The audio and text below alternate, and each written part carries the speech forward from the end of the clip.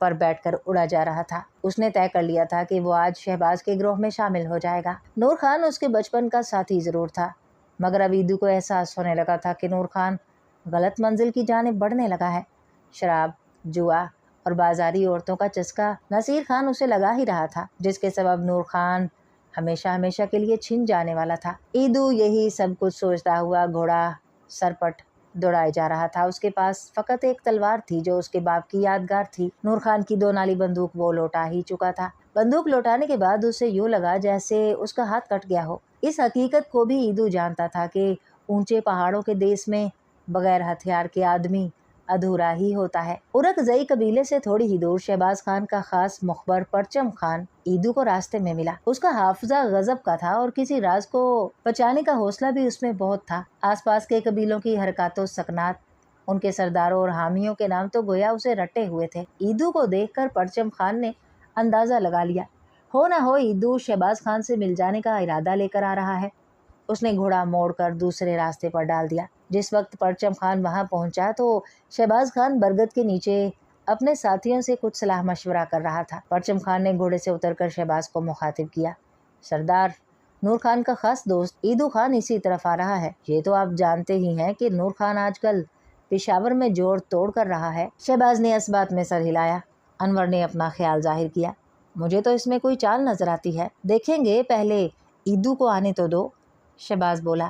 پرچم خان اطلاع دے کر چلا گیا تو تھوڑی ہی دیر بعد گھوڑے کی ٹاپیں سنائی دینے لگیں اور سب سنبھل کر بیٹھ گئے۔ آنے والا ایدو ہی تھا جو قریب آ کر گھوڑے سے اترا۔ اس نے شہباز کو سلام کیا۔ وعلیکم السلام ایدو خان، شہباز نے مسکرا کر جواب دیا۔ ایدو اپنا نام شہباز کے نام سے سن کر چونکا، مگر اپنی حیرت کو ظاہر نہ ہونے دیا۔ اس نے کہا، سردار، میں نور خان کے بچپن کا ساتھی ہوں۔ پہلے میں نور خان کا خاص دوست اور ساتھی تھا، افسوس کہ اس کے پاؤں ڈگمگا گئے۔ مجھے احساس ہوا کہ ایسی صورت میں اس سے الگ ہو جانا چاہیے۔ اس کی دی ہوئی بندوق بھی میں نے لوٹا دی ہے۔ میں نے یہ بھی فیصلہ کر لیا ہے کہ وہ پشاور میں جو کام شروع کرنے والا ہے اس میں شرکت نہیں کروں گا۔ انور بول اٹھا، پشاور میں تمہارا دوست کون سا نیا کام شروع کر رہا ہے؟ ایدو اس کی آنکھوں میں آنکھیں ڈالتا ہوا بولا، خان، میں نے برسوں نور خان کا نمک کھایا ہے۔ ایک دوست کا فرض ہے کہ دوسرے دوست کے عیب چھپائے۔ میں نے اسے سمجھایا تو اس نے میرے منہ پر زوردار تھپڑ مارا۔ میں اس تھپڑ کو برداشت کر گیا، مگر وہ کون سا کام ہے جو وہ پشاور میں کرنے گیا ہے؟ اس نے دوبارہ ایدو کو کریدنا چاہا۔ ایدو مسکرایا، میں نے بھی کہا نا کہ دوست کا عیب چھپانا فرض ہے۔ وہ غلط راستے پر گامزن ہے، لیکن کبھی نہ کبھی اسے عقل آ جائے گی۔ میرے پاس تم کس ارادے سے آئے ہو؟ شہباز نے سوال کیا۔ میں بہادروں کا قدردان ہوں سردار، ایدو نے جواب دیا۔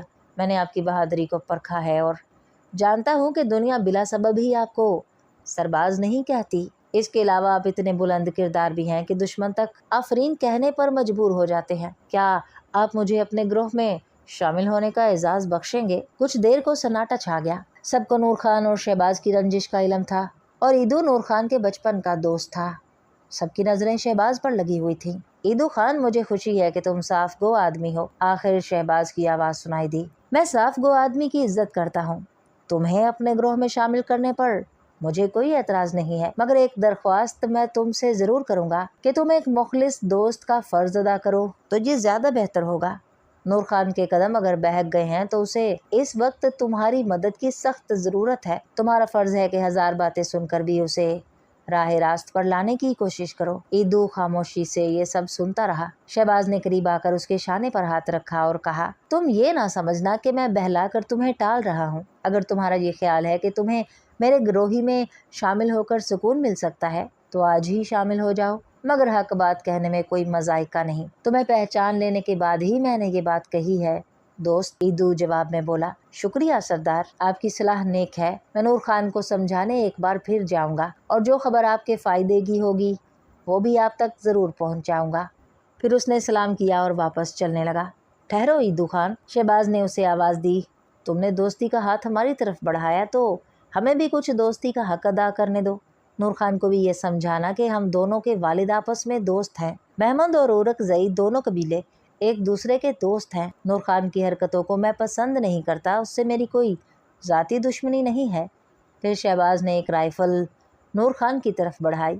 حال ہی میں ایک انگریز چوکی سے اس نے یہ رائفل چھینی تھی۔ شہباز کی طرف سے یہ خلوص کا ایک نذرانہ ہے دوست، اسے قبول کرو۔ ایدو حیرت زدہ رہ گیا، اس کا گلا بھرا گیا۔ سردار، ایک پٹھان کی اس سے زیادہ عزت افزائی اور کچھ نہیں ہوتی۔ میں آپ کی عطا کردہ رائفل کی قسم کھا کر کہتا ہوں کہ یہ رائفل آپ ہی کی طرف سے اٹھے گی۔ میں آپ کا نمک حلال دوست ثابت ہوں گا۔ شہباز سے ہاتھ ملا کر ایدو گھوڑے پر سوار ہو کر چل دیا۔ اس کے کندھے پر شہباز کی دی ہوئی رائفل لٹک رہی تھی۔ وہ سوچ رہا تھا، بہت بھاری بوجھ تم نے میرے کندھوں پر رکھ دیا ہے شہباز، خدا کرے میں اس بوجھ کو اتارنے کے قابل ہو سکوں۔ جب سے ایدو الگ ہوا تھا تبھی سے نور خان کے باقی ماندہ ساتھی بھی ادھر ادھر ہو گئے تھے۔ کچھ کابل چلے گئے تھے اور کچھ نے بنوں کے علاوہ کوہاٹ وغیرہ میں نوکری کر لی تھی۔ نور خان اب اکیلا رہ گیا تھا۔ نور خان کو بس ایک یہی دھن سوار تھی، کسی نہ کسی طرح شہباز سرباز کو پکڑوا دے۔ گھوڑے پر بیٹھا وہ ادھر ادھر خاک اڑاتا پھرا۔ اس نے شہباز کے ساتھیوں کو توڑنے کی بہت کوشش کی مگر ناکام رہا۔ شہباز کے ساتھی اس کے وفادار تھے اور اس پر فخر کرتے تھے کہ وہ شہباز سرباز کے ساتھی ہیں۔ وہ اپنے سردار کی عزت کرنے کے ساتھ ساتھ اس سے محبت بھی کرتے تھے، اور یہ سب یک طرفہ نہیں تھا۔ شہباز بھی اپنے جیالے ساتھیوں پر جان چھڑکتا تھا اور ان کے ہر دکھ درد میں شریک رہتا تھا۔ نور خان نے بہت کوشش کی لیکن شہباز کے کسی وفادار کو نہ توڑ سکا۔ اسی عرصے میں نور خان کو مہاجبین کا خیال آیا۔ اسے شہباز اور مہاجبین کی ملاقات کا علم ہو چکا تھا۔ سوچتے سوچتے اس کے شیطانی ذہن میں ایک سازشی منصوبہ کل بلانے لگا۔ یہ تو نے پہلے سوچا ہی نہیں تھا نورے، وہ بڑبڑانے لگا۔ مہاجبین کا نام لینے پر تو یہ خنزیر شہباز جہنم تک آ جائے گا۔ اسی دن سے وہ جوڑ توڑ کرنے لگا مگر کامیابی کے آثار اسے نظر نہیں آ رہے تھے۔ نور خان اس وقت اکیلا ایک درخت کے سائے میں پڑا سوچ رہا تھا۔ اسے یہ معلوم نہ تھا کہ 100 گز دور شہباز کی دی ہوئی رائفل لٹکائے ایدو چھپ کر اس پر نگاہ رکھے ہوئے ہے۔ ایدو شہباز سے ملنے کے بعد کسی سائے کی طرح نور خان کے پیچھے لگا ہوا تھا۔ نور خان کی ساری نقل و حرکت ایدو کی نظر میں تھی۔ تھوڑی دیر بعد نور خان اٹھ کھڑا ہوا اور چل دیا۔ اس کے پیچھے پیچھے ایدو بھی تھا۔ 10 دن گزر گئے مگر شہباز کی کوئی خبر اس کے ہاتھ نہ آئی۔ نور خان کو پشاور کا وہ جوئے خانہ یاد آنے لگا جہاں رخسانہ سے اس کی ملاقات ہوئی تھی۔ شراب کے جام، جوا اور مرمری باہیں اس کے چشمے تصور میں گھومنے لگیں۔ پہلی بار وہ اپنے باپ ہلال خان سے 200 روپے لے چکا تھا جو وہ پشاور میں اڑا چکا تھا۔ نور خان کو روپے چاہیے تھے، کہاں سے لائے وہ روپے؟ وہ اسی ادھیڑ بن میں تھا۔ پھر اسے شہباز کے دیے ہوئے 2000 روپے یاد آ گئے۔ اس کے ہونٹوں پر مسکراہٹ پھیل گئی۔ 2000 روپوں سے تو میں پورے 1 ماہ تک عیش کر سکتا ہوں، اس نے سوچا۔ اب اس کے چہرے سے اطمینان جھلک رہا تھا۔ مسئلے کا حل اس نے ڈھونڈ لیا تھا۔ رات کو 1 بجے اس کی حویلی کا بھاری دروازہ چرمرایا۔ گلسمن کو اس کے آنے کا پتہ چل گیا تھا۔ وہ بستر پر کروٹیں بدل رہی تھی۔ نہ جانے اس کی نیند اس سے کیوں روٹ گئی تھی۔ جب اس نے حویلی کے دروازے کی چرمراہٹ سنی تو چونک اٹھی۔ اس نے جلدی سے کھڑکی کھول کر باہر جھانکا۔ ہلکی چاندنی میں اس نے اندازہ کر لیا کہ نور خان باہر نکل رہا ہے۔ گلسمن کا دل تیزی سے دھڑکنے لگا۔ اس نے سوچا ہو نہ ہو نور خان وہ پوٹلی کھود کر نکالنے جا رہا ہے جو اس نے دبائی تھی اور جسے وہاں سے نکال کر گلسمن نے دوسری جگہ سردار ہلال خان کے تخت کے نیچے دبا دیا تھا۔ کانپتی ہوئی گلسمن نور خان کے پیچھے پیچھے چل دی۔ اس کا خیال درست ثابت ہوا۔ نور خان نے پوٹلی والی جگہ کو کھودا اور پھر بھونچکا سا رہ گیا۔ بوکھلاہٹ میں اس نے آس پاس کی زمین بھی کھود ڈالی۔ جب اس کے ہاتھ کچھ نہ لگا تو بیٹھ کر سوچنے لگا۔ وہ اپنے ذہن میں پشاور کے سپنے سجائے ہوئے تھا مگر روپوں کی پوٹلی خلاف توقع غائب ہو گئی تھی۔ وہ ایک دم اٹھ کھڑا ہوا۔ اس کے چہرے پر شدید غصے کے آثار تھے۔ مدھم چاندنی میں اس کا چہرہ مہیب نظر آ رہا تھا۔ نور خان نے ادھر ادھر دیکھا اور بستی کے بازار کی طرف چل دیا۔ بازار میں پہنچ کر وہ شیخ رمضان کی دکان پر رکا۔ پھر دکان کے پیچھے سے جا کر اس نے نقب لگانا شروع کر دی۔ کوئی آدھے گھنٹے کے اندر اس نے کافی بڑا شگاف کر لیا اور پھر اندر گھس گیا۔ گلسمن یہ دیکھ کر کانپ اٹھی کہ نور خان چوری کر رہا ہے، قبیلے کے سردار کا بیٹا اور ایک ذلیل چور، اس نے دکھ سے سوچا۔ کچھ ہی دیر میں نور خان باہر نکل آیا۔ اس کے بدن کا اوپری حصہ برہنہ تھا۔ اپنے کرتے میں اس نے پیسے بھر رکھے تھے۔ دکان سے چوری کر کے وہ چلا گیا۔ گلسمن اپنے گھر واپس آ کر گھنٹوں بستر پر پڑی روتی رہی۔ گلسمن شام کو ایدو کے گھر پہنچی اور اس نے سارا چشمدید واقعہ اسے سنا دیا۔ ایدو یہ سن کر اداس ہو گیا۔ وہ بھرائی ہوئی آواز میں کہنے لگا، نور خان کو یہ کیا ہوتا جا رہا ہے گلسمن؟ جب سے وہ پشاور کی ہوا کھا کر آیا ہے بدلتا جا رہا ہے۔ 1-2 دن بعد نور خان پشاور روانہ ہو گیا۔ شیخ رمضان کی دکان سے 100 روپے نقد اور کچھ چاندی کے زیورات ملے تھے۔ نور خان اسی لیے بہت خوش تھا۔ اس نے خلاف توقع حالات پیش آنے کے باوجود اپنا مسئلہ حل کر لیا تھا۔ ایدو سائے کی طرح اس کے پیچھے لگا ہوا تھا۔ پشاور پہنچ کر نور خان نے سب سے پہلے بازار جا کر چاندی کے زیورات بیچ دیے جن کے اسے 40 روپے ملے۔ اس کے بعد وہ گنگناتا ہوا نصیر خان کے گھر پہنچا۔ نصیر خان نے گرم جوشی سے اس کا استقبال کیا۔ آؤ نور خان، کیا خبر لائے ہو؟ خان، ابھی شہباز کا پتہ نہیں چل رہا، نور خان نے کہا، مگر مجھے ایک ترکیب سوجھی ہے۔ اسی سلسلے میں مجھے تم سے صلاح مشورہ کرنا ہے، لیکن بہتر ہے کہ ہم کچھ جام چڑھانے کے بعد گفتگو کریں۔ نصیر خان یہ سمجھا کہ نور خان پھر سے اس کے پیسے خرچ کرانے آیا ہے۔ پھر وہ یہ سوچ کر نیم راضی سا ہو گیا کہ وہ یہ پیسے حکومت سے وصول کر لے گا۔ پیسوں کی تم فکر نہ کرنا خان، نور خان بول اٹھا، آج تم میرے مہمان ہو۔ نصیر خان ساتھ ہو لیا اور بولا، چلو آج تمہیں ایک اور بڑھیا جگہ لے کر چلتا ہوں۔ نور خان کا چہرہ کھل اٹھا۔ نصیر خان اسے واقعی ایک نئی جگہ لے گیا۔ اسٹیج پر ایک نیم برہنہ حسین لڑکی رقص کر رہی تھی۔ نور خان نے شراب کی پوری بوتل اور تندوری مرغا منگوا لیا۔ ایک میز چھوڑ کر ایدو اس کی طرف پشت کیے شربت کے گھونٹ لے رہا تھا۔ تم کچھ تدبیر بتا رہے تھے نور خان، نصیر خان نے مطلب کی بات چھیڑ دی۔ ہاں مگر میں وہ ترکیب بعد میں بتاؤں گا، نور خان بولا۔ دیواروں کے بھی کان ہوتے ہیں دوست۔ گھنٹہ بھر بعد ہی ان دونوں کو نشہ ہو گیا۔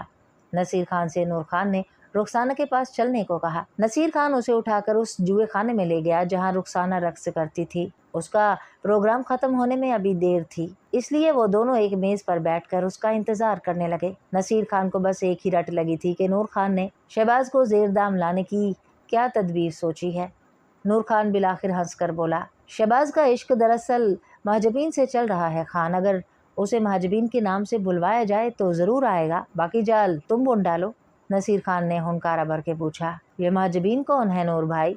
نشے کی ترنگ میں نور خان نے سارا قصہ بیان کر دیا، پھر دانت پیس کر بولا، اس پھلجھڑی سے مجھے بدلہ لینا ہے، کبھی تو وہ میرے پہلو میں آئے گی ہی۔ نصیر خان پرانا گھاگ تھا، وہ کلابے ملانے لگا۔ پھر تھوڑی ہی دیر بعد نور خان کو رخسانہ کے پاس چھوڑ کر چلا گیا۔ دوسرے دن صبح نصیر خان تھانے گیا اور داروغے سے مشورہ کرنے لگا۔ داروغہ بھی پرانا پاپی تھا، ساری داستان سن کر بولا، اگر یہ بات سچ ہے تو کام بن سکتا ہے، مگر ساری اونچ نیچ پہ غور کرنا پڑے گا، ذرا سی چوک سے سارا کام بگڑ سکتا ہے۔ داروغہ نے اپنے 2 منتخب مخبر بھیجے۔ ان مخبروں نے مہاجبین کا پتہ لگایا اور اس کے بھائی گلفام کی عادتوں کا جائزہ لیا۔ انہوں نے یہ بھی معلوم کر لیا کہ پچھلی مرتبہ شہباز اور مہاجبین میلے میں ملے تھے اور انہیں ملوانے میں گلفام کا ہاتھ تھا۔ سازش کا پورا منصوبہ داروغہ نے اپنے ہاتھ میں لے لیا۔ مہاجبین کی چال ڈھال، کپڑوں کی پسند، زیورات کی پسند، سب کچھ اس نے پیسہ خرچ کر کے معلوم کر لیا۔ اسے پتہ چلا کہ مہاجبین سرخ مخمل کا لباس بہت پسند کرتی ہے۔ جلد ہی شاہ نذیر کے مزار پر میلہ لگنے والا تھا۔ داروغہ چوکنا ہو گیا، اس نے مہاجبین کے کپڑے سینے والے درزی تک کا سراغ لگا لیا۔ نصیر خان کو بھیج کر اس نے ہو ویسے ہی کپڑے سلوا لیے، پھر وہ میلے کا انتظار کرنے لگا۔ نصیر اور نور خان بھی اس سازش میں شریک تھے، اس کے علاوہ 4-5 سپاہی بھی مستعد تھے۔ آخر میلے کا دن آ ہی گیا۔ شہباز کو گلفام ہی نے خبر کرائی کہ وہ شاہ نذیر کے میلے میں اس کے ساتھ کھانا کھائے۔ شہباز خود بھی مہاجبین سے ملنے کو بے قرار تھا، وہ اپنے 4-5 ساتھیوں کے ہمراہ چل دیا۔ گلفام کے ساتھ اس نے مہاجبین کو دور سے دیکھا اور مسکرا دیا۔ وہ پہلے مہاجبین کو کچھ تنگ کر کے اس سے ملنا چاہتا تھا، آخر انتظار کا مزہ بھی تو کچھ معنی رکھتا ہے۔ ادھر داروغہ اور اس کے ساتھی حالات پر نظر رکھے ہوئے تھے۔ پہلی چال داروغہ نے یہ چلی کہ 4 مردوں اور عورتوں کو گلفام اور مہاجبین کے پاس بھیجا، جنہوں نے جا کر کہا کہ شہباز راہٹ کے پیچھے ان کا انتظار کر رہا ہے۔ مہاجبین کی آنکھوں میں چمک آ گئی۔ گلفام اور مہاجبین اپنے ساتھیوں کے ہمراہ راہٹ کی طرف چل دیے۔ راہٹ مغرب کی سمت واقع تھا۔ شہباز اس وقت چاندی کی پازیب خرید رہا تھا کہ داروغہ کی ایک مخبر عورت نے اس کے پاس آ کر کہا، سردار شہباز خان، مہاجبین بانو آپ کا انتظار کر رہی ہیں۔ تبھی اس عورت نے ایک طرف اشارہ کیا۔ میلے کے ایک سرے پر چھوٹی سی پہاڑی تھی۔ اس پہاڑی پر شہباز نے مہاجبین کو مخملی لباس میں دیکھا۔ شہباز کی نظریں ادھر اٹھی تو مہاجبین نے ہاتھ اٹھا کر اسے سلام کیا۔ وہ تنہا تھی۔ شہباز سمجھا شاید تنہائی میں مہاجبین اس سے کچھ کہنا چاہتی ہے۔ وہ لمبے لمبے ڈگ بھرتا ہوا پہاڑی کی سمت بڑھنے لگا۔ پہاڑی پر پہنچتے ہی اس نے مہاجبین کو اپنی طرف پشت کیے دیکھا۔ وہ سمجھا مہاجبین غالباً اس سے ناراض ہے۔ پہاڑی سنسان تھی۔ شہباز نے قریب پہنچ کر مہاجبین کے شانے پر ہاتھ رکھ دیا اور بولا، ناراض ہو مجھ سے مہاجبین؟ میں نے تو بہت پہلے تمہیں دیکھ لیا تھا۔ سرخ مخمل میں تو تم قیامت ڈھا رہی ہو۔ پھر شہباز نے محجبین کو کندھے سے پکڑ کر اس کا چہرہ اپنی طرف کر لیا۔ چہرہ دیکھتے ہی شہباز کو بجلی کا جھٹکا سا لگا۔ وہ عورت محجبین نہیں تھی۔ شہباز صرف اتنا کہہ پایا، کون ہو تم؟ اسی وقت پیچھے سے 10 آدمیوں نے جھپٹ کر شہباز کو دبوچ لیا۔ لال مخمل کی پوشاک میں رخسانہ ان کے ساتھ آئی تھی۔ آنن فانن میں انہوں نے شہباز کا منہ باندھ دیا اور پہاڑی کی دوسری جانب کھڑی گاڑی میں ہاتھ باندھ کر ڈال دیا۔ شہباز خان سرباز زیر دام آ چکا تھا۔ اسی پہاڑی کی دوسری جانب گاڑی کھڑی تھی۔ شہباز خان سرباز کو اس میں ڈال دیا گیا۔ غیر متوقع اور اچانک حملے نے شہباز خان کو بے بس کر دیا تھا۔ اسے لے جاتے ہوئے نور خان ہنس کر کہنے لگا، آخر شہباز زیر دام آ ہی گیا۔ پھر وہ داروغہ سے مخاطب ہوا، محجبین کہاں گئی حضور؟ اسے بھی ساتھ لے چلنا ہے۔ بکو مت، داروغہ نے اسے ڈانٹ دیا، تم بعد میں اس سے جس طرح چاہو نپٹتے رہنا۔ مجھے تو شہباز چاہیے تھا، سو مل گیا۔ دیر بالکل نہیں ہونا چاہیے نصیر خان، یہاں سے بھاگ چلو۔ نور خان محجبین کی رٹ لگائے بڑبڑاتا رہا۔ سب گاڑی میں بیٹھ کر چل دیے، صرف ایدو خان چھپ کر یہ تماشا دیکھتا رہا۔ ایدو اکیلا تھا، جو کچھ اس نے دیکھا اسے دیکھ کر اس کے دماغ میں طوفان بپا ہو گیا۔ پھر وہ پلٹ کر مڑا۔ اس بھیڑ میں محجبین اور گلفام کو تلاش کرنا ساحل کی ریت میں سوئی تلاش کرنے کے مترادف تھا۔ ایدو نے وقت برباد کرنا ٹھیک نہیں سمجھا۔ وہ گھوڑے پر سوار ہو کر چل دیا۔ اسے معلوم تھا کہ وہ لوگ شہباز کو لے کر پشاور ہی گئے ہوں گے۔ وہ سیدھا پشاور کی طرف چل دیا۔ سفر لمبا اور کام جوکھوں کا تھا۔ دوسرے دن ایدو خان نصیر خان کے گھر کے پاس منڈلا رہا تھا۔ گھر کے سامنے درزی کی ایک دکان تھی، وہ اسی دکان پر بیٹھا رہا۔ رات کو 11 بجے کے قریب نصیر خان اور نور خان آتے دکھائی دیے۔ وہ دونوں ہنس ہنس کر باتیں کر رہے تھے۔ تمہیں اپنا شکار تو مل گیا، نور خان بھاری آواز میں کہہ رہا تھا۔ میرے شکار کا بھی خیال کرو نا، گھبراؤ مت، سب کے کام بنیں گے، نصیر خان نے جواب دیا۔ ایدو تھانے ہو آیا تھا۔ وہاں حوالات میں شہباز خان کو بند نہیں کیا گیا تھا۔ اس کے بعد وہ پلٹن کوٹ کے کوٹ گاردر کے پاس منڈلاتا رہا، مگر وہاں گھومنا ممکن نہیں تھا۔ وہ ہر قیمت پر شہباز خان کا پتہ لگانا چاہتا تھا۔ وہ اب ٹھیک جگہ پر پہنچ گیا تھا۔ اسے یقین تھا کہ نصیر خان اور نور خان ہی سے کوئی سراغ مل سکتا تھا۔ تقریباً 15 منٹ کے بعد نصیر خان اور نور خان کپڑے تبدیل کر کے نکلے۔ ایدو نے انہیں دیکھ کر اطمینان کا سانس لیا اور ان کے تعاقب میں روانہ ہو گیا۔ وہ دونوں تھانے کی طرف جا رہے تھے۔ تھانے کے پچھواڑے داروغہ کا کوارٹر تھا۔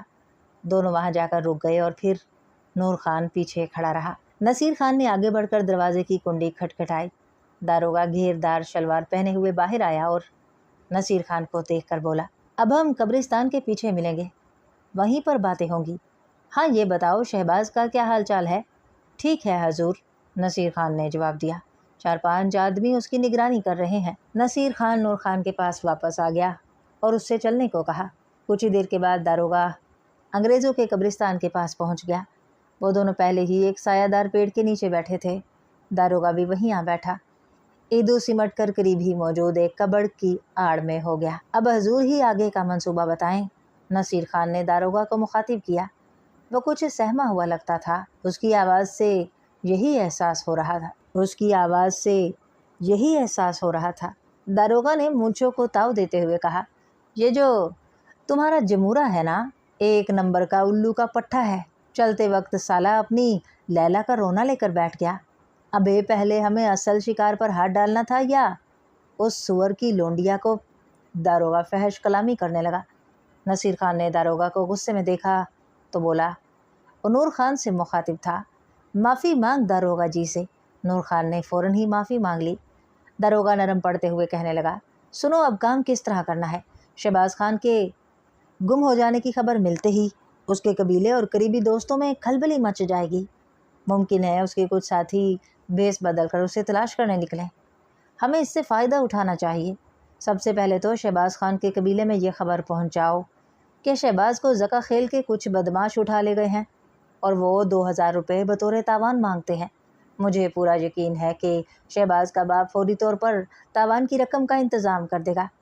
دوسرے یہی خبر محجبین کے قبیلے میں بھی بھجواؤ کہ وہ خود اپنے بھائی کے ہمراہ پوشیدہ طور پر 1000 روپے لے کر یہاں لے آئے۔ 1000 روپے ہم رکھیں گے اور لڑکی یہ لے لے ہماری بلا سے۔ اس کے بعد ہی سرباز کی گرفتاری کا راز انگریزوں کو بتایا جائے گا۔ شہباز کی گرفتاری پر انعام اور تمغہ ہمیں ملے گا اور تمہارا مختانہ ہم دیں گے۔ نصیر خان سر ہلا کر بولا، واہ حضور، مان گئے آپ کے دماغ کو۔ نور خان بھی داروغہ کی بات سے بڑا متاثر ہوا اور سر ہلا ہلا کر بات کی گہرائی کو سوچتا رہا۔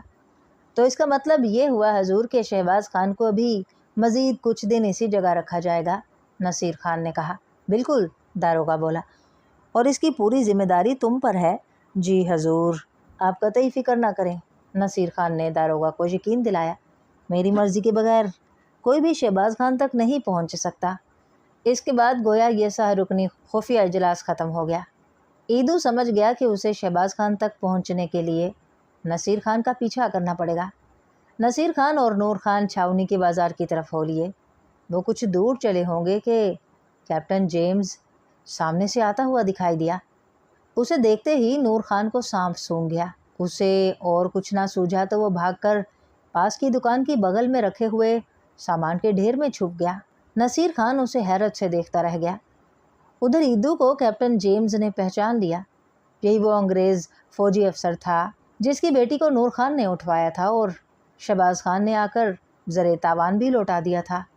ایدو کو آس بندھی کہ اگر کیپٹن جیمز کو کسی طرح حقیقت سے آگاہ کر دیا جائے تو شہباز خان کم از کم سرکاری قید خانے میں آ جائے گا اور پھر نور خان کو یہاں قدم جمانا مشکل ہو جائے گا۔ یہ سوچ کر ایدو کیپٹن جیمز کے پیچھے پیچھے چل دیا۔ کیپٹن جیمز اس وقت آفیسرز میس میں جا رہا تھا۔ وہ میس کا سیکرٹری تھا اور اکثر سامان چیک کرنے پہنچ جاتا تھا۔ ایدو میس کے پچھواڑے سے داخل ہوا اور باورچی خانے کے پاس ہی ایک جھاڑی کے پیچھے بیٹھ گیا۔ آبدار جبر خان پیچھے سے ایک دیگچی صاف کرتے ہوئے آ رہا تھا۔ جھاڑی کے پیچھے سے کھڑکھڑ سن کر اس کے کان کھڑے ہو گئے۔ اس نے کسی سارس کی طرح گردن لمبی کر کے دیکھا تو ایدو نظر آیا۔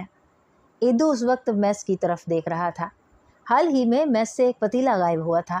پتیلے کی چوری کا معاملہ باورچی اور آبدار چھپا گئے تھے ورنہ انہیں ذلیل ہونا پڑتا۔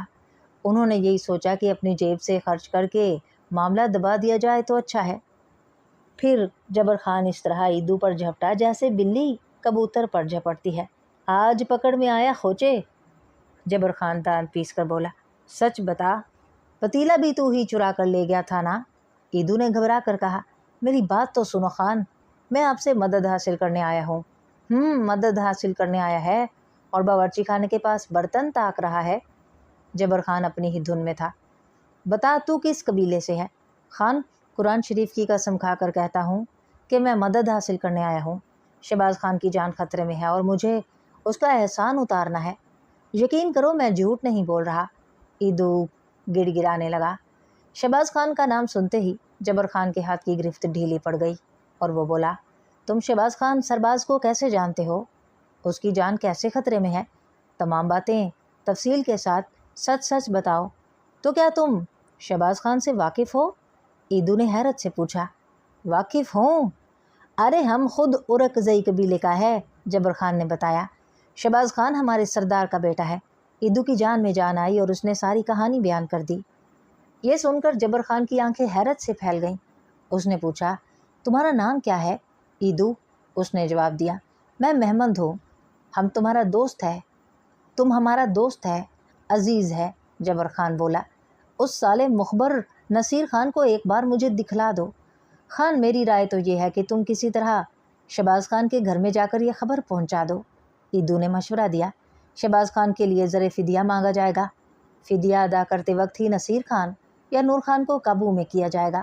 یہ بھی ضروری ہے کہ یوسف زئی قبیلے میں جا کر سردار گلاب خان کے بیٹے گلفام کو آگاہ کر دیا جائے کہ وہ اپنی بہن کو لے کر یہاں ہرگز نہ آئے۔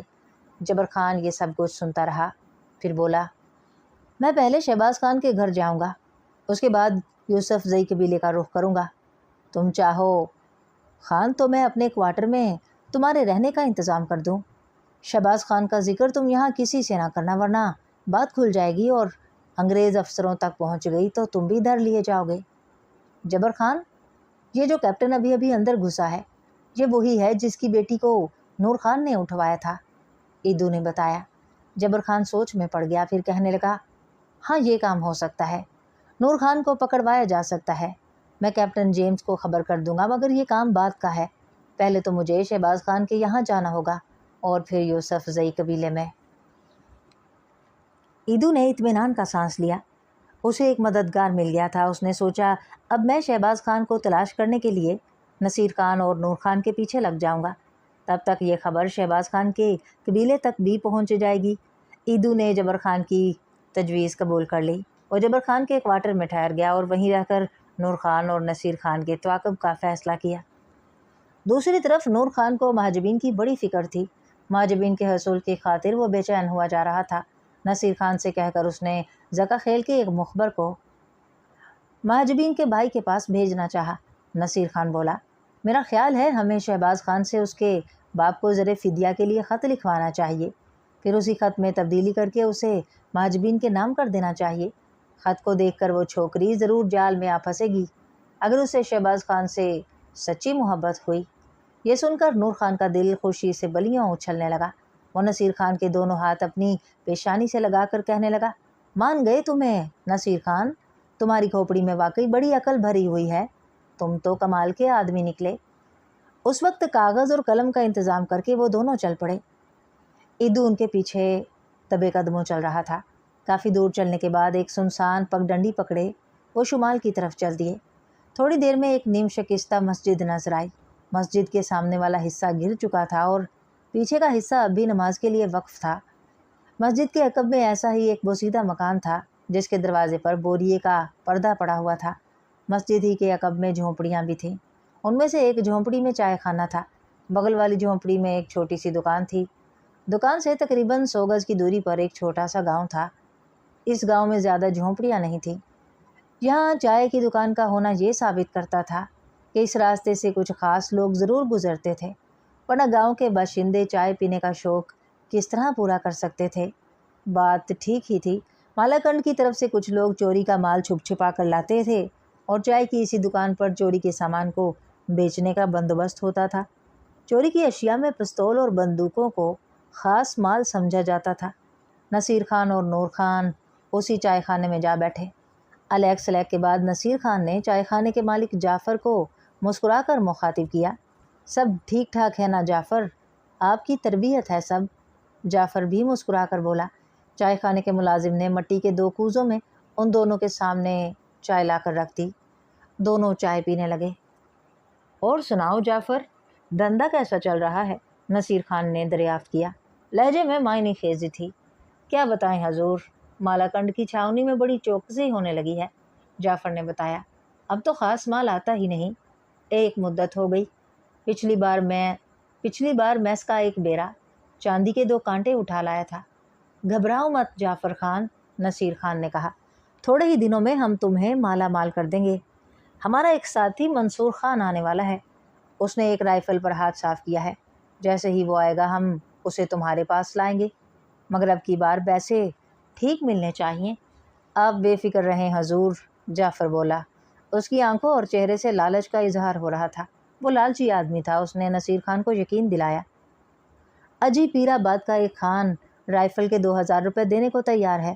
کئی دفعہ کہہ چکا ہوں کہ ایک ولایتی رائفل دلوا دو حضور، انشاءاللہ خوب اچھے پیسے ملیں گے۔ آپ اپنے ساتھی کو جلد سے جلد لے کر آئیں۔ ایدو توجہ سے یہ باتیں سنتا رہا۔ اور ہاں وہ جعفر خان، یہ تو بتاؤ تمہارا مہمان کیسا ہے؟ نصیر خان نے پوچھا۔ جعفر اپنے پیلے پیلے دانتوں کی نمائش کرتے ہوئے بولا، ٹھیک ہے حضور، اس کی نگرانی پر کڑے بندے لگا رکھے ہیں میں نے، جو اس کی طرف سے ہر لمحہ چوکنا رہتے ہیں۔ وہ تو بس پڑا رہتا ہے اور سوچتا رہتا ہے، میں روز اس کی چائے میں پوست ملا دیتا ہوں۔ جعفر نے اپنی کارکردگی ظاہر کی۔ ایدو سمجھ گیا کہ شہباز خان کو یہیں رکھا گیا ہے۔ اس کے بعد نصیر خان اور نور خان ٹاٹ کے پردے کے پاس گئے اور دروازہ کھٹکھٹایا۔ 2 لمبے تڑنگے آدمی باہر آئے۔ نصیر خان نے انہیں سلام کیا اور آگے بڑھ گیا۔ کچھ ہی دیر بعد وہ دونوں واپس آ گئے۔ ان کے چہروں سے خوشی کا اظہار ہو رہا تھا۔ یقیناً وہ حفاظتی اقدامات سے مطمئن تھے۔ نصیر خان کے ہاتھ میں ایدو کو ایک کاغذ بھی نظر آیا، مگر وہ سمجھ نہ پایا کہ اس کاغذ کی اہمیت کیا ہے۔ بہرحال اس نے شہباز خان کا سراغ بھی لگا لیا تھا۔ نور خان نے نصیر خان سے وہ کاغذ لے کر غور سے دیکھا۔ یہ ایک خط تھا جو شہباز سے لکھوایا گیا تھا۔ نور خان نے ابا کی جگہ مہاجبین لکھوایا اور مزید کچھ تبدیلیاں کروا کر وہ خط اسی روز زکا خیل کے مخبر کو تھما دیا۔ وہ مخبر خط لے کر فوراً ہی روانہ ہو گیا۔ اس مخبر نے یوسف زئی قبیلے میں پہنچ کر گلفام کا پتہ معلوم کیا، پھر بولا مجھے اسی وقت سردار زادے سے ملنا ہے۔ جس شخص سے مخبر نے پتہ پوچھا تھا اس نے اسے فوری طور پر گلفام کے پاس پہنچا دیا۔ سردار زادے، مخبر نے گلفام سے کہا، آپ سے مجھے ایک بہت ضروری بات کرنا ہے۔ میں شہباز خان کا دوست ہوں اور وہ آج کل بڑی مشکل میں ہے۔ شہباز کا نام سن کر گلفام چونک اٹھا، پھر بے صبری سے بولا، کہاں ہے شہباز خان؟ مخبر نے جواب دیا، حضور، اسے زکا خیل کے کچھ لٹیروں نے اپنے پاس قید کر رکھا ہے اور ان کا منشا زر فدیہ کمانے کا ہے۔ ایک مرتبہ شہباز خان نے میری مدد کی تھی، میں اس کا وہ احسان اتارنا چاہتا تھا۔ شہباز کو پہچان کر ہی میں نے اس کا پیچھا کیا اور پھر موقع ملنے پر میں اس سے یہ خط لے کر آ گیا۔ اس نے مجھے آپ کے پاس بھیجا ہے اور یہ خط بی بی مہاجبین کے نام لکھ کر دیا ہے۔ اس نے کہا تھا کہ جتنی جلدی ممکن ہو میں یہ خط اور اس کا زبانی پیغام آپ تک پہنچا دوں۔ یہ سنتے ہی گلفام نے فوراً وہ خط لے لیا اور ایک ہی نظر میں خط پڑھ ڈالا۔ مخبر اس کے چہرے کا اتار چڑھاؤ دیکھتا رہا، پھر کہا، شہباز خان نے مجھے ایک اور بات کی ہدایت کی تھی اے سردار زادے۔ وہ ہدایت یہ تھی کہ اس معاملے میں زور زبردستی نہ کی جائے، اس طرح شہباز خان کی زندگی خطرے میں پڑ سکتی ہے۔ بہتر یہی ہے کہ فی الحال آپ 1000 روپے کی رقم لے کر بی بی مہاجبین اور کچھ وفادار لوگوں کے ساتھ نکل چلیں۔ مخبر نے محسوس کر لیا کہ شہباز خان کا خط پڑھ کر گلفام اس کے فریب میں آ چکا ہے، اور ایسا ہی تھا۔ گلفام نے فوراً مہاجبین سے جا کر مشورہ کیا اور اس مخبر کو اپنے ایک ساتھی کے یہاں ٹھہرا دیا۔ دوسرے دن وہ اپنے باپ سے شہر گھومنے جانے کا بہانہ کر کے اپنے 5 ساتھیوں اور مہاجبین کو لے کر چل پڑا۔ مخبر ان سب کی رہنمائی کر رہا تھا۔ آخر وہ سفر کرتے ہوئے منزل پر پہنچ ہی گئے۔ انہیں مخبر نے ایک سرائے میں ٹھہرا دیا اور خود نصیر خان کے پاس جا پہنچا۔ نصیر خان اس کی کارکردگی سے بہت خوش ہوا، مگر گڑبڑ یہ ہو گئی کہ نور خان اپنے قبیلے میں گیا ہوا تھا۔ وہ اپنے باپ سے کسی بہانے سے رقم ہتھیانے گیا تھا۔ اسے مہاجبین کو اپنے قبضے میں لا کر کچھ دن عیش و آرام سے گزارنا تھے اور اس کے لیے رقم بہت ضروری تھی۔ نصیر خان سے کہا گیا تھا کہ بس آنا جانا ہے۔ نور خان جب اپنے قبیلے میں پہنچا تو گلسمن کو اس کی آمد کے بارے میں معلوم ہو گیا۔ ادھر ایدو کا کچھ پتہ نہ تھا۔ گلسمن کی مدد کرنے والا فی الحال ایدو کا چھوٹا بھائی کریم ہی تھا۔ وہ فوراً کریم کے پاس پہنچی اور صلاح مشورہ کرنے لگی۔ وہاں اس نے دیکھا کہ ایدو بھی تھکا ماندہ پڑا تھا۔ اللہ کا شکر ایدو بھائی کہ تم مل گئے۔ گلسمن نے سکون کا سانس لیا۔ ایدو نے سارا ماجرا کہہ سنایا۔ میں نور خان کا تعاقب کرتا ہوا یہاں آیا ہوں گلسمن، اس کے علاوہ مجھے اپنی رائفل بھی شاید یہاں سے لے جانا تھی۔ اسی رائفل کے لالچ میں شاید جعفر مجھے شہباز خان تک پہنچا دے۔ اس کے سوا اور کوئی چارہ نہیں ہے۔ مجھے کل صبح مہاجبین کے بھائی سے ملنے جانا ہے تاکہ وہ کہیں نور خان کی سازش کا شکار نہ ہو جائے۔ یہ بہت ضروری ہے۔ گلسمن نے ایدو کی ہمت بندھائی۔